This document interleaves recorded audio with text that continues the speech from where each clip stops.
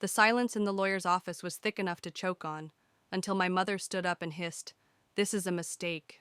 Read it again." Just minutes earlier, I had walked into the mahogany-paneled room expecting formality, maybe a little discomfort. What I didn't expect was to hear my name followed by, "And to Claire Bennett, I leave the remainder of my estate, including all business holdings, investment portfolios, and real property, with the exception of the specific bequests listed above." I felt my stomach drop, not from fear but from the weight of what I already sensed was coming. Melissa, my sister, gasped softly. Tyler, my younger brother, stared at his shoes. Richard, our stepfather, tensed like a dog about to growl. And then there was Linda, my mother, already standing, hands clenched, sunglasses still perched on her face despite the cloudy skies outside. "I'm his daughter," she snapped at Mr. Fields, the estate attorney. "His only child." "Yes, Mrs. Carter," Mr. Fields replied, his voice calm. "And your father was of sound mind when he amended his will 6 months ago. The documentation is clear." 6 months ago? Her tone turned sharp. He was already sick, confused. "No, Mom," I said quietly, trying to steady my voice. He was clear, sharp. He knew what he was doing. She turned toward me so fast her earrings swung. "You knew about this, didn't you?" I didn't answer. I didn't need to. My silence was confirmation enough. She leaned across the polished table. "You manipulated him when he was vulnerable." Melissa jumped in, voice quivering like always when she was trying to look wounded. "Grandpa wouldn't have done this to us. He loved us all." "Then why did he choose me?" I asked, louder than I meant to. My hands were trembling under the table, but my words came out steady. "Maybe because he knew I wouldn't waste it." "You selfish little—" My mother started, then caught herself and turned back toward Mr. Fields. "We'll be contesting this." "I expected as much," he said, folding his hands, unbothered. "But the will is airtight." The meeting dissolved into a shouting match, my mother barking legal threats, Richard muttering about loyalty, Melissa crying, and Tyler just staring at me, like he didn't know what side to be on. I didn't say another word. I couldn't. I was too busy replaying every conversation I'd had with my grandfather over the past 2 years, especially the last one, when he'd looked at me from that hospital bed and said, "There will be pressure. Stand your ground." I never imagined it would come to this. Back in my car, I barely got the door closed before my phone vibrated. "Mom, this is a simple fix. Sign it over, and we'll make sure everyone gets their fair share. Fair share. Right." I didn't respond. By that evening, the group chat had exploded. Melissa accused me of betrayal. Richard left me a voicemail about doing what's right for the family. Distant cousins and family friends messaged me vague expressions of disappointment. Even my boss, Barbara, called me into her office the next day. "I've received 3 calls from a woman named Linda Carter," she said, closing the door behind her. "Your mother?" I nodded. "She's been calling reception, demanding to speak with you. She says it's urgent, family estate emergency." "I'm so sorry, I'll make sure it stops." Barbara looked at me with a kind of maternal concern I wasn't used to seeing from her. "Claire, is everything okay?" I hesitated, then said, "It's complicated, but I'm handling it." She gave a slow nod. "Take a few days if you need them, and let the front desk know. We won't be patching any more of her calls through." That night, Ethan, my boyfriend, held me while I cried. Not because I regretted what I'd done, but because I'd just realized I might be losing my entire family for honoring the only person who had ever believed in me. A few days later, I walked into the kitchen at work and found Maya, my coworker and longtime rival, standing next to Barbara, smiling wide. "Claire," Barbara said, "Maya's analysis on the Evergreen account was exceptional. We're pitching it next week." Maya glanced at me. "Thanks. Just pulled it together over the weekend." Except I was the one who worked that account. I'd logged the data myself, cleaned the reports, outlined the pitch.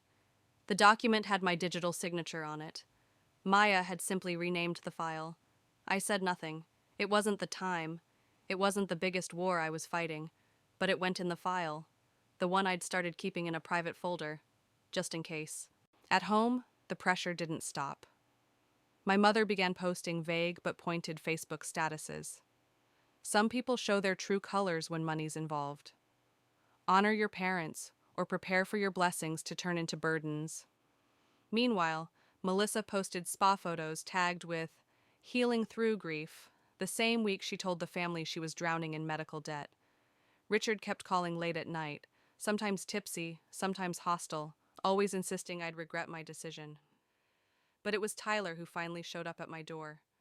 He stood there, hands in his pockets, looking smaller than his age.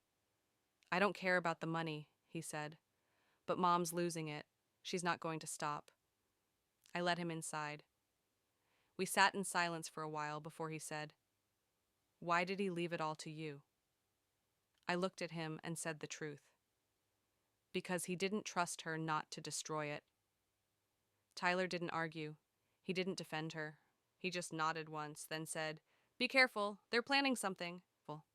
I had no idea how right he was, until a text popped up a few mornings later. "Linda Carter, family meeting, Friday, 6 p.m., come alone." No please, no details, just a command. I showed it to Ethan. "She's not done," I said. "No," he agreed. "And that text? Feels like a setup." I stared at it, a knot forming in my gut. I was scared, but also, I was ready to stop reacting, ready to start preparing. Because they had lawyers? Well, so did I. If you've ever been overlooked or guilt-tripped after doing everything right, type 1 in the comments. Your story matters more than they want you to believe. The first red flag was the smell of fresh flowers, not the warm, earthy scent of sympathy bouquets after a funeral, but the sharp, manufactured perfume of orchids arranged for performance. Linda Carter didn't arrange flowers. She ordered them, and she only did so when she wanted to stage control. I stepped into my mother's home, my childhood home, with every muscle tense. The table was set too perfectly, candles, cloth napkins, full place settings. I hadn't been invited to a family dinner in over a year. Suddenly, she wanted to talk over salmon and steamed asparagus. Something was off. And then I saw them, two middle-aged men in tailored suits sitting where our cousins usually sat on holidays, briefcases at their feet, one with a Mont Blanc pen already uncapped. "Claire," my mother greeted with a broad smile, arms outstretched like she hadn't just spent the last 2 weeks dragging my name through every group chat in the family. "You look lovely. Meet Mr. Wilcox and Mr. Daniels. They're here to help us sort everything out." I didn't take the offered hug. Sort what out?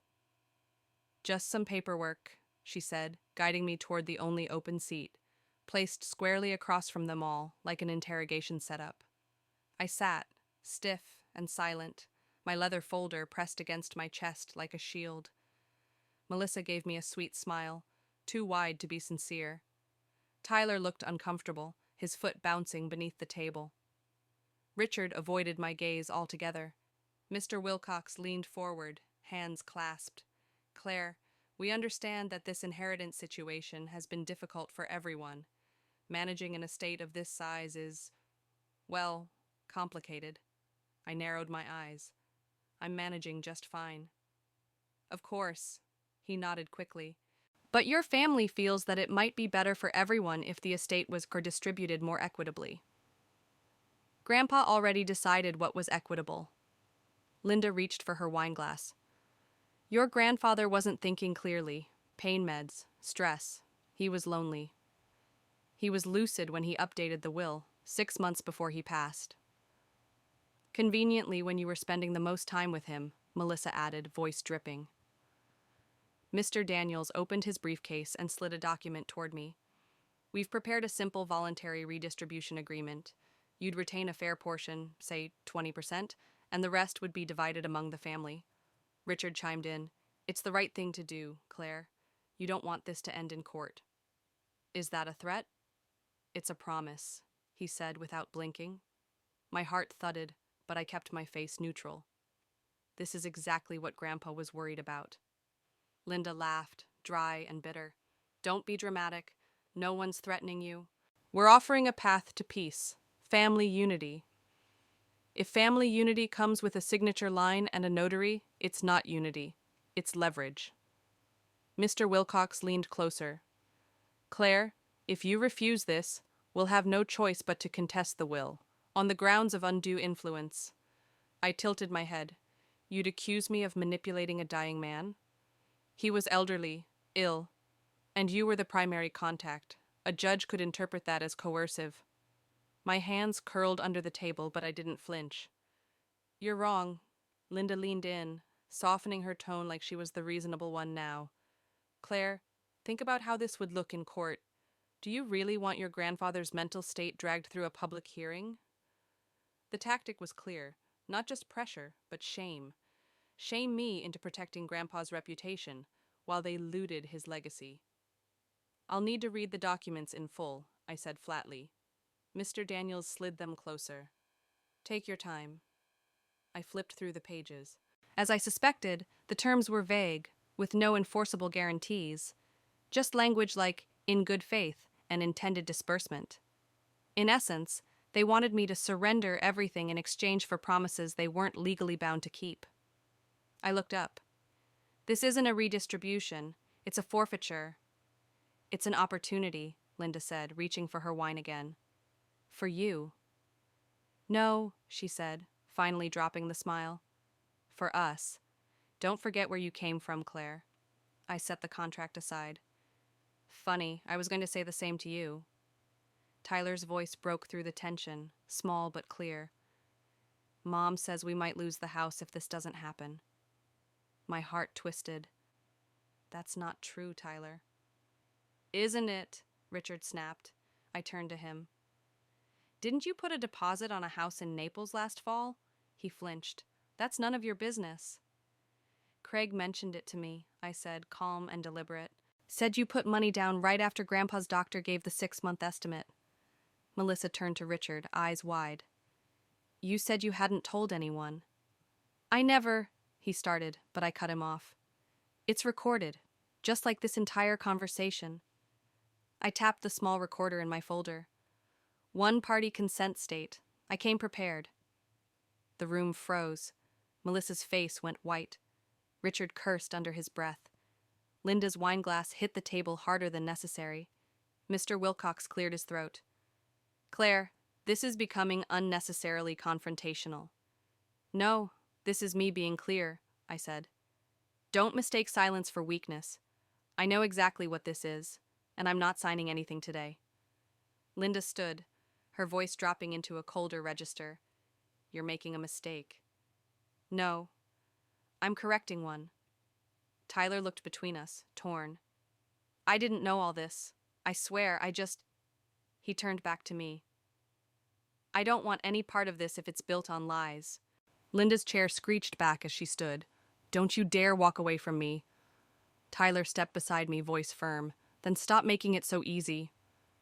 Outside, the porch light buzzed in the evening heat as I walked toward my car, heart still pounding from the confrontation. Tyler trailed close behind. Are we really doing this? He asked. I nodded. We already are. I unlocked the car and climbed in. Before shutting the door, I looked back toward the house where my mother stood watching us from behind the curtain. She didn't move, just stared. But the message was clear. This isn't over, and I believed her. If you've ever walked into a room thinking it was a conversation, only to realize it was a setup, type 2 in the comments. Because silence is not compliance, and preparation is power. The Monday after the dinner ambush, I opened my work inbox to find a company-wide email. Subject, congratulations, Maya Tran, lead strategist on Evergreen expansion. There it was. My name, scrubbed clean from the project I had spent 3 straight weekends building. Maya had slapped a fresh cover page on it, sent it directly to upper management, and now she was being rewarded with full ownership. My stomach dropped, not just from the injustice, but from the pattern. At work, at home, everywhere, people were taking what I'd earned and calling it theirs. I walked past Maya's desk without a word. She didn't even look at me, just sipped her coffee and smiled at her reflection in the black screen of her monitor. Back at my desk, I opened my private log, where I'd been tracking changes to shared documents. I scrolled through the timestamps, the hidden version histories. There it was, my original report, stripped of authorship metadata, followed by her version submitted 2 hours later. That would come in handy later. But right now, I had bigger battles. That evening, I called Frank Dalton, my grandfather's best friend. "I need to ask you something," I said after we exchanged a few quiet words about the weather and how his garden was doing. "I figured this day would come," Frank replied. He met me at a corner booth of a diner we both used to visit with Grandpa on Sundays. He still wore his navy blue Marine Corps cap, as crisp and proud as ever. "He gave me something before he passed," Frank said as soon as I sat down. "Told me to hold it in case you ever needed clarity." From his coat pocket, he pulled out a worn envelope. My name was written on it in Grandpa's unmistakable handwriting. Inside, a 3-page letter dated just 2 months before his death. "Claire," it began, "if you're reading this, then I was right to be concerned." The letter detailed everything: his reasoning for the inheritance, his fears about my mother's spending, his confidence in my integrity, and the quiet pain of knowing this choice would tear the family apart. But one line hit me harder than the rest. "You will be pressured, manipulated, shamed, but don't waver. You are the only one I trust to turn my legacy into something that lasts." Tears blurred the rest of the page.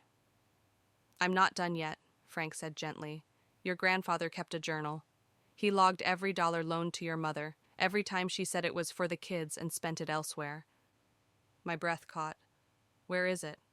"In his study, safe behind that old painting of the hardware store, the one no one ever touched." Later that night, I stood in Grandpa's study. The room still smelled faintly of wood polish and peppermint. I reached behind the framed painting, pressed the latch, and opened the wall safe. The combination was my birthday. Of course it was. Inside, I found it, a thick, leather-bound journal. My hands shook as I flipped through pages filled with neat, meticulous entries. January 15th. Patricia requested $30,000 for Jason's medical treatment. Suspect it went toward cruise deposit. Reluctantly approved. May 8th. Rachel needs emergency dental work. Noted Instagram photos of Cancun posted same weekend. August 2nd. Richard forgot his mortgage again. Loaned $10K. Unlikely to be repaid. Entry after entry. I took photos of every page and emailed them to Samantha, my lawyer. She called within minutes. "Claire, this isn't just evidence. This is insurance." What do I do next? Bring it to the next confrontation, but don't show it unless absolutely necessary. Let them walk into their own trap. 2 days later, I received another text from my mother. "Linda Carter, final family discussion. Friday. Be ready to sign. No more delays, no pleas, no warmth, just expectation. You're not going alone," Ethan said that night as we packed my folder together. "I need to. If I bring someone, they'll say I'm hiding. Then at least let Samantha park down the street." I nodded. "Deal." That Friday, I wore the same navy blazer Grandpa had complimented during my first college presentation. It made me feel less like a daughter walking into war, and more like a strategist walking into negotiations. The living room was already arranged like a courtroom, the same 2 advisors, the same seats, the same smug confidence. "Claire," my mother greeted, standing beside a table with fresh contracts. "Let's end this charade." I didn't sit. "Before I sign anything, I have questions." Mr. Wilcox smiled thinly. "We're happy to clarify any terms." "No, not you." I looked straight at Linda. "Mom, when did you put the deposit on the house in Naples?" Her expression barely flickered. "What house?" "The one Craig mentioned. The one you planned before Grandpa died." "That's absurd. I have the recording." Melissa whipped her head toward Richard. "You said you never told her." He fumbled. She's bluffing." I pulled out my phone. "Would you like to hear the audio?" Suddenly, the room was very still. I laid my folder on the table. "I also have a letter from Grandpa. Dated, handwritten, explicit. My mother's voice rose an octave. You don't get to dictate, and I have this. I pulled out copies of the journal entries. Proof of every dollar you took and lied about. Melissa went pale. Richard stepped back. The two advisors exchanged glances and began packing up their briefcases, clearly sensing a sinking ship. You smug little... Linda began. I wouldn't finish that sentence, I said evenly. Because this entire meeting is being recorded. Again, she stopped. And Samantha, I added, is parked outside, on standby. Why would you do this to us? Melissa whispered, her voice cracking. I looked her in the eye. I'm not doing anything to you. I'm protecting what he built. Tyler stood then, quietly, firmly. I'm with Claire. Linda's mouth opened, but nothing came out. We're done here, I said, turning to leave. Unless you'd like to be served with paperwork of your own. Behind me, my mother's voice cracked like ice. This isn't over. I paused at the door. No, but you've already lost. If you've ever had to keep proof of what really happened, because no one believed you until the receipts came out, type 3 in the comments. Because silence doesn't mean surrender. It means strategy. The email subject line hit like a punch to the chest. Notice of intent to file. Carter vs. Bennett. Probate dispute. I stared at the screen in disbelief. After everything, the recordings, the documents, the journal entries, she was still going through with it. My mother had officially filed notice to challenge the will. You've got to be kidding me, I muttered, forwarding it immediately to Samantha, who called within seconds. She's bluffing, Samantha said coolly. There's no case here, Claire. This is pressure. One last squeeze before the window closes. She's risking court costs and sanctions. She's banking on you folding before it gets that far. My jaw clenched. Then we don't fold. That night, I sat across from my brother Tyler on the couch in our new apartment, our new home, and broke the news. She filed, I said simply. He exhaled hard. Of course she did. She knows she can't win. This is about bruised ego and control. Or revenge, he added quietly. I nodded. But it doesn't change anything. We keep building. That's how we win. Over the following weeks, I threw myself into the business, the one Grandpa built with bare hands and iron values, the one they thought I couldn't manage. The first store I visited had a leaking roof, outdated systems, and 2 assistant managers who hadn't had a performance review in over a year. I sat with them, not as their boss, but as a listener. I asked about workflow, inventory, staff turnover. Tyler came with me, taking notes on a yellow legal pad like his life depended on it. You're good at this, I told him after a long day. He shrugged. I just remember the stories Grandpa told. I hear them when I walk through these aisles. Something in me cracked open. I smiled. Then you're exactly where you should be. But back at work, my day job, the atmosphere had shifted. Maya, sensing that her throne was threatened, started turning co-workers against me, whispered comments about my drama at home, conveniently timed mistakes pinned on me. And then it happened. I was called into HR. We've received a concern about data access privileges on the Evergreen account, the HR manager said, lips tight. What concern? That you may have altered metadata to misrepresent ownership. I almost laughed. You mean someone accused me of doing what Maya actually did? She didn't blink. Do you have documentation? Yes. More than documentation. I have version histories, export timestamps, screen recordings. Then you'll need to submit those today. I did. And by the end of the week, Maya was quietly placed on leave pending investigation. Barbara didn't look me in the eye for a month after that. I turned in my resignation 2 weeks later. It was time to put my full energy where it mattered, into our business. Into the thing Maya and Linda and Richard could never fake, never steal. Samantha finalized the trust structures a few days later. Tyler's educational fund, a modest, conditional monthly stipend for my mother, only accessible if she completed verified mental health treatment. And the last piece, the Harold Bennett Foundation, focused on funding first-generation entrepreneurs from underserved communities. Tyler cried when I showed him the website mock-up. He would have loved this, he whispered. He built this, I said. We're just carrying it forward. Then came the unexpected. Melissa reached out. She wanted to meet alone. No lawyers, no advisors, just sisters. We met at a coffee shop across town. She looked different, less polished, more human. No designer bag, no dramatic lashes, just jeans, sneakers, and uncertainty. I didn't come to ask for money, she said before I even sat down. I came to apologize. I blinked. She swallowed. I was jealous, still am, a little. But I was wrong. Mom, she's not okay, and I don't want to become her. I studied her face, trying to read between the lines. This wasn't manipulation. It was fatigue. I believe you, I said slowly. I know we'll never be close again, but I just wanted you to know. If you need help with the foundation, I've started volunteering at the women's shelter. I'm learning, trying. I reached for her hand across the table. Trying is all we can do. The foundation launched quietly, with a pilot program funding 3 young entrepreneurs. Tyler spoke at the opening ceremony, his voice shaking but proud. This is more than a store, he said. It's proof that someone believed in us before we believed in ourselves. We left his words printed on a plaque outside the new location. Months passed. I finally moved into Grandpa's house. The rooms didn't feel haunted anymore. They felt purposeful. We converted his study into a joint office, kept his portrait over the fireplace. Even Linda came to the grand opening of our eco-friendly showroom, stood in the back, arms crossed, but stayed until the end. She didn't say much, but she stayed. 1 year after everything exploded, I received a short letter in the mail.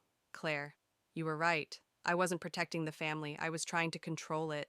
Thank you for doing what I couldn't. I hope someday you'll understand how hard it is to be the villain in your own daughter's story. Linda, it wasn't forgiveness, but it was human. That night, I reopened Grandpa's journal. On the last page, next to his final entry, was a line I hadn't noticed before. Wealth is not what you keep. It's what you grow and give. I closed the journal, exhaled deeply, and whispered, You were right. Again. If you've ever had to rebuild from betrayal, not just survive, but grow into something stronger, type 4 in the comments. Because the legacy they couldn't steal was you. Thank you for following this journey. Your story is worth fighting for.